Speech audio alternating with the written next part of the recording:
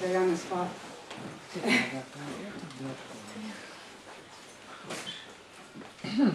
So just before we begin, get a quick introduction of where everyone's from, just to know that what papers or whatever you're. Can you move that one? Yeah. Feel better here. Yeah. Okay. Where are you from? We'll start with you. I'm from Japan. Japan, oh, very nice.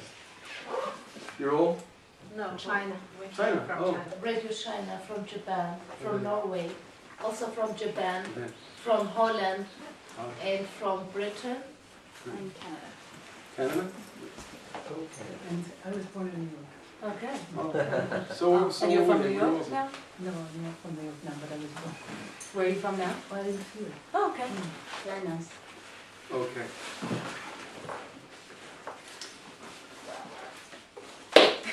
Yeah. Waiting for action, what do you come for?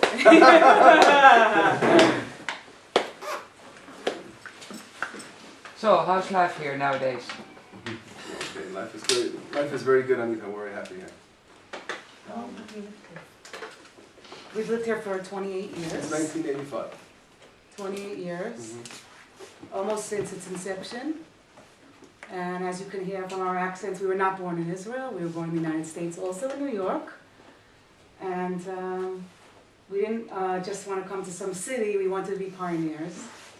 So we came out here in the mid-80s. And we've had the pleasure of seeing it grow. How was this established? Was there a group of like-minded people that came, or was it like just renting an apartment anywhere? Okay, good question. Well, again, you have to realize that the people that live on Itamar are people that are very idealistic. They're very connected to the land, not only because it's a place to live, but because it's our history, it's our future. It's what we believe in, it's our faith as the Jewish people. And the people that began to build this community goes way back again in the 1980s, the mid-80s, a group of students that were learning in yeshiva in Jerusalem. Have you ever heard of the yeshiva called Machon Meir? It's like part of the famous Merkaz Harav yeshiva. You heard about the terrible massacre that took place in Merkaz Harav a few years ago. So it's very close, a similar kind of Rav Kook philosophy. He was the father of modern Zionism. He was one of really the push, the force to come here. And there was a nucleus of students that were studying, again, in yeshiva in Jerusalem, and felt that it wasn't enough to learn about it, study about it, but to actually come to this beautiful part of the land that's now was returned to the Jewish people after 2,000 years of exile, and now the time has come to build the land. So a small nucleus of, if you recall, former Knesset member Hanan Porat passed away. He was one of the big pushes behind setting up Itamar. We have Rav Vronsky, the former chief rabbi of the Israeli army, who lives here today, again, who's behind the Jewish Beit Yehudi home party. And that was the first nucleus. We joined as young couples from America, and a few months later, this is the following year, we joined and moved to Itamar. That's where. So it was founded when? 1984. This is 1984. But we joined. It was founded. We came in 85. Yeah. Was it an outpost to start with, like illegal and legalized later, or how was No, this? this was 100% through the Israeli government. Okay. So realize that you can't begin a community, you can't build a community like Itamar, or any community really, without the help of the Israeli government. It's just the funding is too great. You wouldn't last for a second. If they wanted to dismantle a place, they do. They know how to dismantle. But obviously, we have the government behind us. What kind of funding did you get to start up such a ceremony? Again, way back, it's hard to know who exactly funded where, but Yeah, obviously, but we had government funding. There are certain government offices that are involved in the pioneering activity, we call it, which is, if you heard of Amana, the Amana organization, the Jewish agency, the Chativa organization, together with, of course, with the Regional Council of Samaria. Together, those are major organizations that help fund communities like Itamar to begin to grow. And of course, our community itself, today, for example, our funding comes from taxes that people pay like any other place, or according to the population. But when you say original funding, I assume you mean, you don't mean funding for the building. What you mean is that the government in breaking getting roads, a new community, right? She's talking Infrastructure. Right, roads, of electricity, course. sewage. Exactly, Yeah. of course. Yeah, Just yeah. to begin the community. Obviously, today, for example, any community, any city in Israel, eventually this will be a major city in Israel. That's our dream. Is funded by the taxes people pay, and what every other citizen of Israel, the rights they get from the Israeli government. So how small was it when you first came here? I mean, can you give us an idea of how much it's grown in these 28 years? Whoa, are you taking them on a tour today, up on top? We're going You to, I don't remember where we're going. Devot Olam? Far- No, I understand, but in Itamar, are you taking them No. on a tour? It would be a good idea. But to Givat Olam? Just to see the Yeah, hills or and at to see least the viewpoints. Good idea. the Three Seas viewpoint, maybe you should take, Okay. I'd be happy to I go can with you and definitely show it invite to you. you if you want me to. So it basically started as, well, here we're coming from New York City, okay, and we're in our early 20s and coming from a great metropolitan to this tiny, tiny little hilltop of just a few prefab houses and a dirt road. That's how it looked. Water tower, generator, no running electricity. And that's how it started. There's only 10 families, a very, very small group of families. And it started as one tiny little area, but it developed and grew because you have to understand all of this land lay desolate for 2,000 years. There was nothing growing here. When we came here, it was gray and full of rocks and thorns, and no one would imagine that today when we take you on top and you see the beautiful grapevines and the wheat fields and the awesome organic yogurt farms and things that have been produced out of this land in the last 25 years is nothing short of a miracle. Is it easy nowadays to grow, to get permits to, well, I don't know what, to grow further, to build new houses, apartments? Well, again, we all know it. We live in the world of being frozen, you want to call it, the building freeze and things like that. But we are very thankful that, thank God, we're really not affected by these different programs, different agreements. Decrees, you want to call them. But Itamar has continued to grow throughout the decades. We've been continuing growing. I call it growth spurt, and we haven't stopped building. God willing, we'll continue to build, and our families are moving in all the time. We are now full to capacity. We don't have any empty houses at all, so we have to build more for natural growth. Our children are getting married and settling here and living here. We have 2 married children ourselves that live on Itamar, and that's also, I guess, a great pride for parents that came here with our dream and they want to continue our dream of living on the community. So, and many families on Itamar, their children stay here and get married. So obviously we have to continue to grow. Let me mention something. Let me add to what he's saying. In addition to the various freezes that were implemented during the last decade, there were other things going on. Aside from world pressure, there were also some terrorist attacks that happened here within the community. More than half a family was massacred, the Shabo family, if you remember that incident. When that happened, that whole side of the community became a ghost town. And just a few months within the radius of that time, there was another terror attack within the high school. 3 boys were killed playing basketball. So you have to realize our high school dorms boys from the outside. They're not boys that were born on Itamar. They're parents that live all over Israel that send their children to the school. And here we're sitting at the table and we're saying, forget about the freeze and all the things. Who is going to come and live here? Who is going to come and send their children to a place that this is happening? And it was a struggle. But they say that Israel is a stiff-necked people, and it's unbelievable to witness that the yeshuv this community has tripled in size, the school has quadrupled in size since it happened. So that a very important point about your questions is that we have been tested with trials and tribulations beyond any other community in Yehuda and Shomron. The percentage of terror victims is the highest in this community. Despite that, though, there are people that still carry the flag because they believe that their connection to the land, to the earth, not living in some apartment building, working in high-tech, and watching Ha'ach HaGadol, Big Brother. Talking about people that actually want to put their hands into the ground and see prophecy come true. Those people are joining us. And I think it's awesome, because if I would have come maybe in the late 90s to Israel, I don't know if I would have made the choice to come here. Because from the outside, it looked like a scary place. How do you explain that Itamar has had so many terror attacks? or suffering, or how you call That's it? a very good question.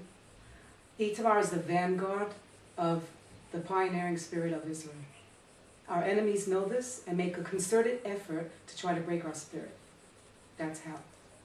So because you're so idealistic, Yes. this is the result. Yes, but, Right. but Of they course. don't realize that it's totally boomeranged in their face, because we'll take you and we'll show you the buildings.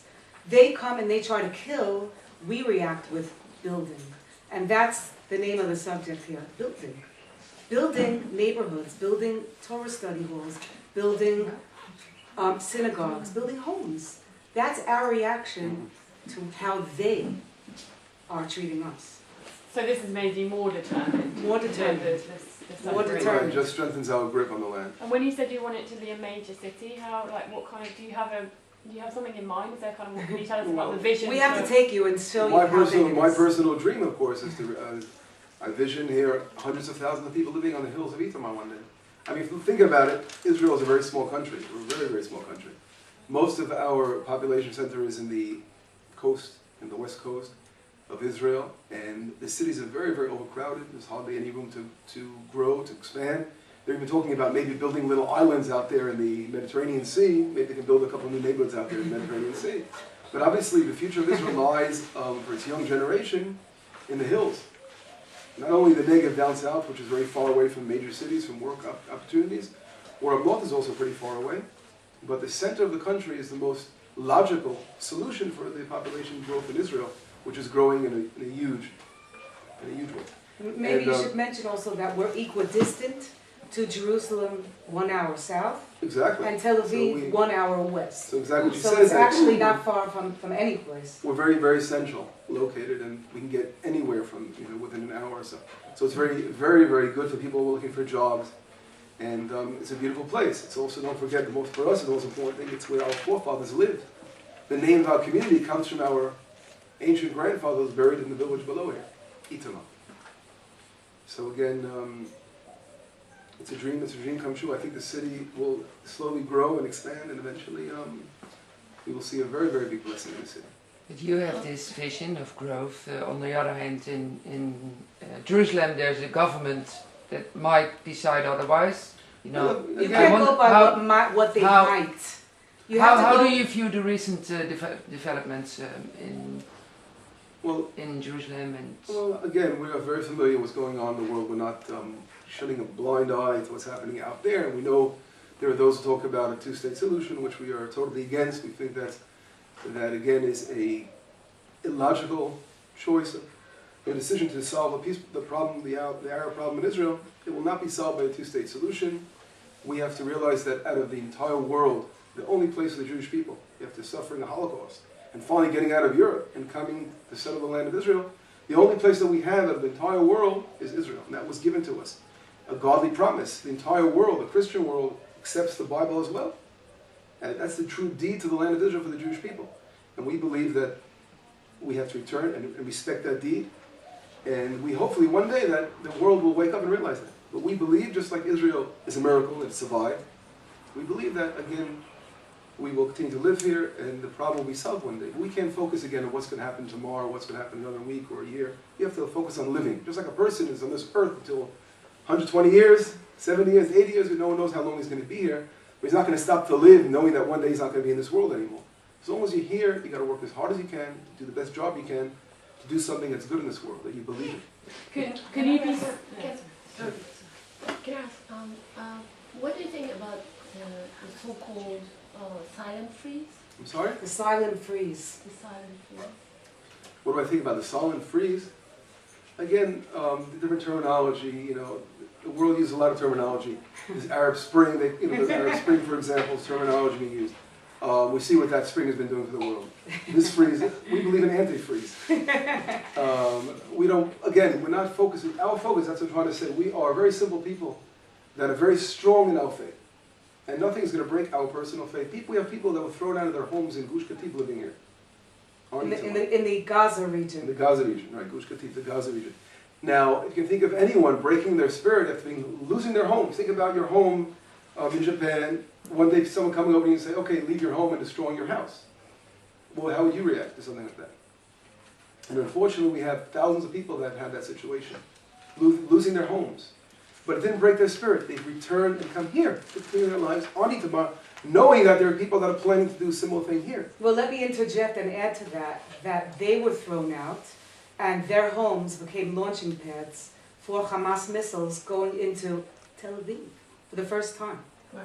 So what was the benefit of that? Is there anything less than a city of hundreds of thousands that you'll be satisfied with, having lived here for 28 years? And Well, it's a process. But It's, I mean, it's can not you in give one day. It'll take a few generations. We're not talking in 1 second. it's gonna No, but happen. I wonder if there's a sense in which you also, I suppose, to follow from Monique's question, in any way can be satisfied with less than that, because that's Well, I'll be Yeah. happy with 6 houses for now. I mean, it's patience. To have faith, you have to be patient. Things happen in a drip system. The water's not gushing out. If you It's take, dripping, if you slowly, take, if slowly. you take Judea and Samaria, you see there are close to 300,000 Jews living in Judea and Samaria today. When we came here, how many were there? A couple thousand. You know, so things. It takes a few generations. Things are happening and things are developing. We know that. It's a natural process, It's a natural process. coupled with a miraculous process, which is interesting. Can I ask How many people live here? Sorry. On InTomorrow, we Today, have yeah. over 1,000 people. Probably have more like Yeah. 15 or. Well, with 600 people people. dorming, it's 1,500. Without because, without the school dorms. We have the school I'd say about dorms, 1,200, we're having 260 families around, 260. And it's- Average of more and more. 5 children a family, some children Some have have 10 10. families, some have 10. So it's about I figured out we're over 1,000 easily. 1250 or Yeah. 1500. Yeah, but if you have time to go for the tour, you'll see that there's room for 1 million. Why have a school dorm? Why do you have a school dorm? We Why have do people heights. send their children to That's a That's a story in very good itself, question. because if you're familiar with the Zionistic religious community, the children go to, they don't go to public schools, they go to schools where they can Yeshivas. continue studying Torah studies as well as studying for their matriculation exams. And these are programs where from the morning until the evening they're studying the whole day.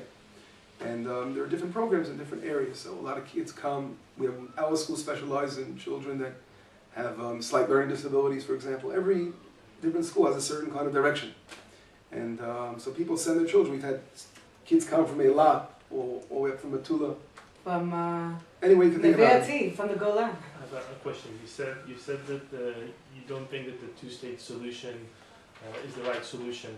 So what's your vision for your community, for the two people that are living in this land? Okay. Vision to the future. Okay. You have to realize again that Israel, the way we remember, we came here way back in 1985. We had no problem with the Arab population. We were actually driving into the villages nearby Hawara, over here below, the city of Shem over here. I would leave my car open. I wouldn't worry about anyone stealing something from my car unit. I remember those days. I would go visit the tomb of Joseph, a very, very holy place for the people of Israel. And we believe in living together. We don't believe in a two-state kind of thing. We don't believe in And separation. I believe we this- believe that we can live together. That's Right. what's so crazy. People here. who really want peace should be able to live together. That's what we believe. Like to separate from someone else means that you're not able to live with them. We believe that we should live together in Right. peace, though. And I mean, the you world, also have to live unfortunately, safely. exactly. The world has decided that we can't live together. That you have to just separate. You have to divorce. And the world and we see how much the world is doing a wonderful job in the Arab countries. I'm trying to say. Just look what happened Sunday night: a lynching of 4 Shiites in Egypt. No, it was more than 4. I know. I'm saying I'm talking about those who were killed, but if you Oh, pay attention to what's going on in Egypt now again, and them killing in Syria, what's going on. You don't have to look far. But what happens when people are trying again think they're going to solve the problem? They have to understand the Middle East. I think the Western world lacks a proper understanding of the Middle East. That's another story in itself. But you say living together, will it be democratically living together? We believe yes. That's our personal Why view. not? So Why not? everyone should Why have a not? vote. Those who Why want to accept not? Israel, again, it's an Israeli country. Why A not? single accept it? state.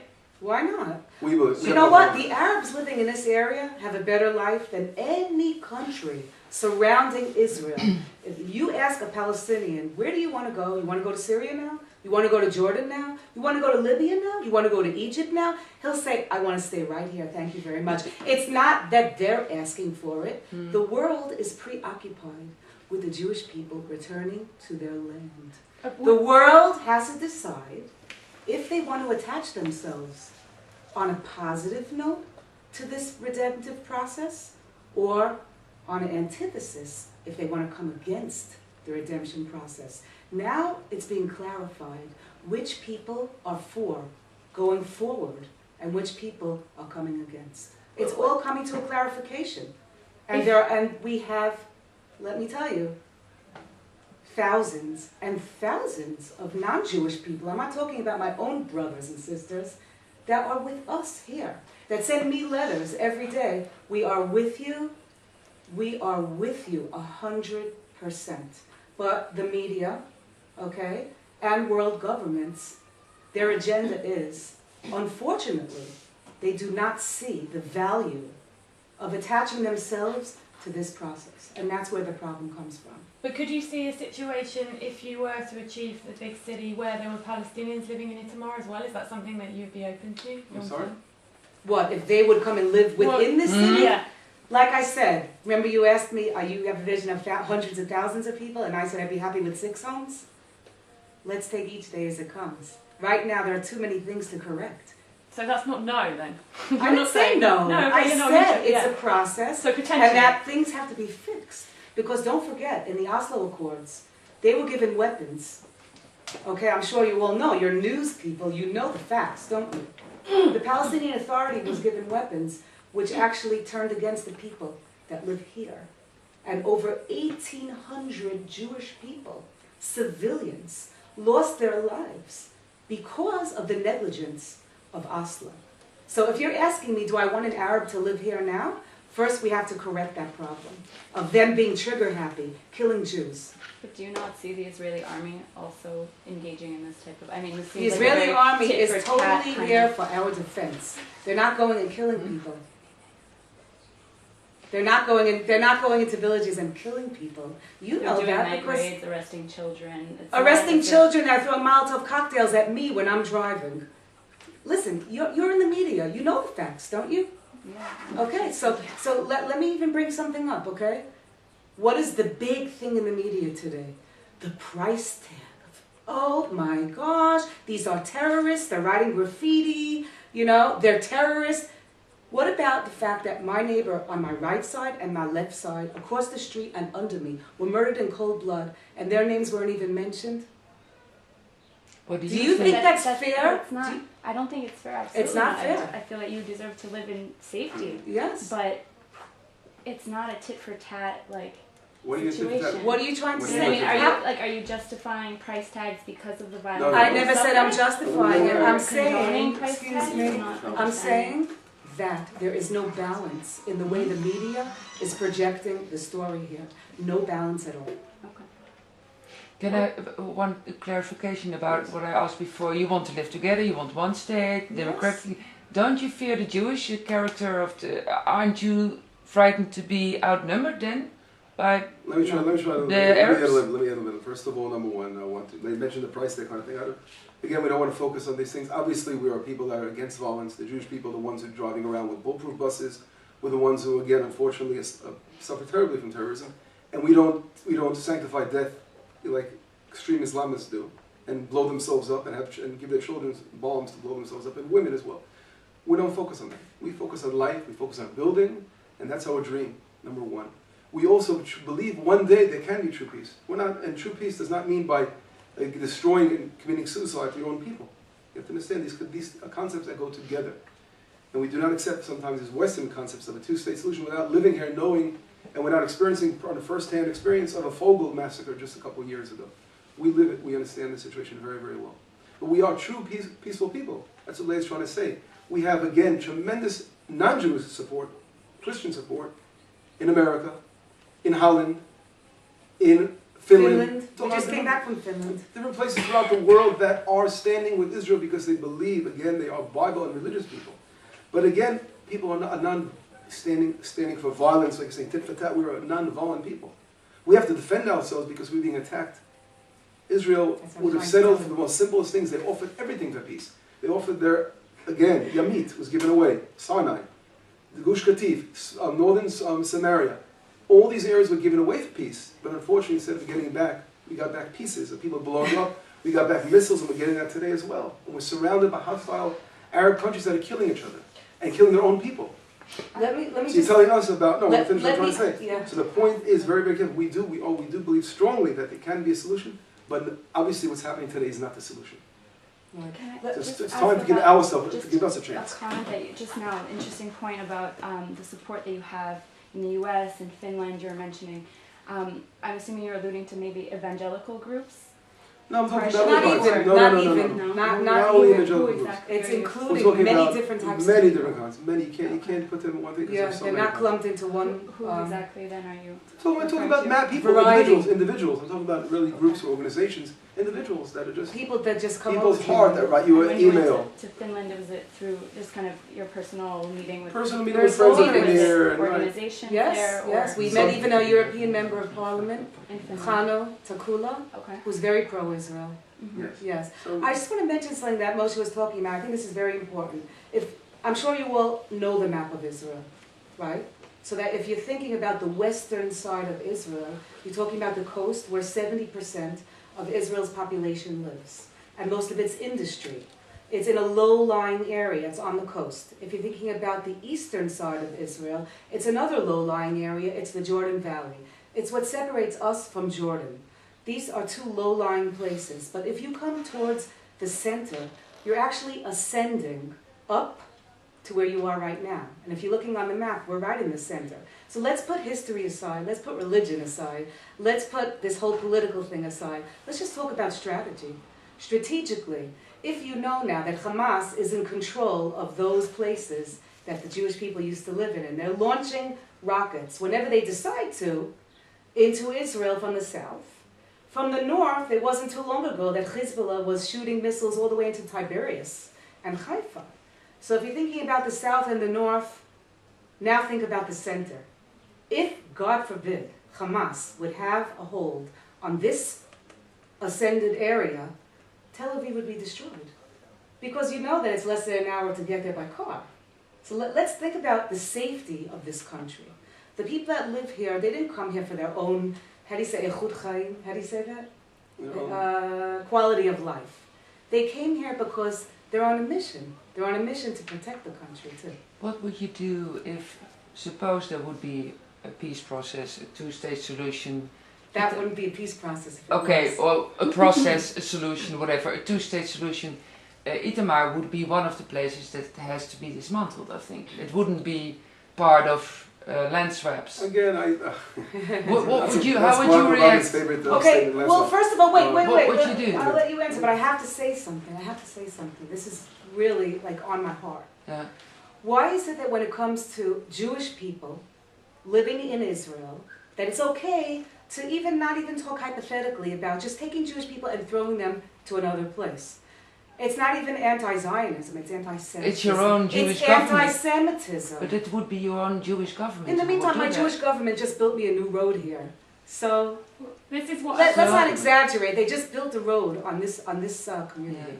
So, it's not like the whole government is against me. Listen, my boys serve in the army. I pay taxes. I am integrated into this society. I serve my government serves me. We're not separate from the government. I'm interested in this your feeling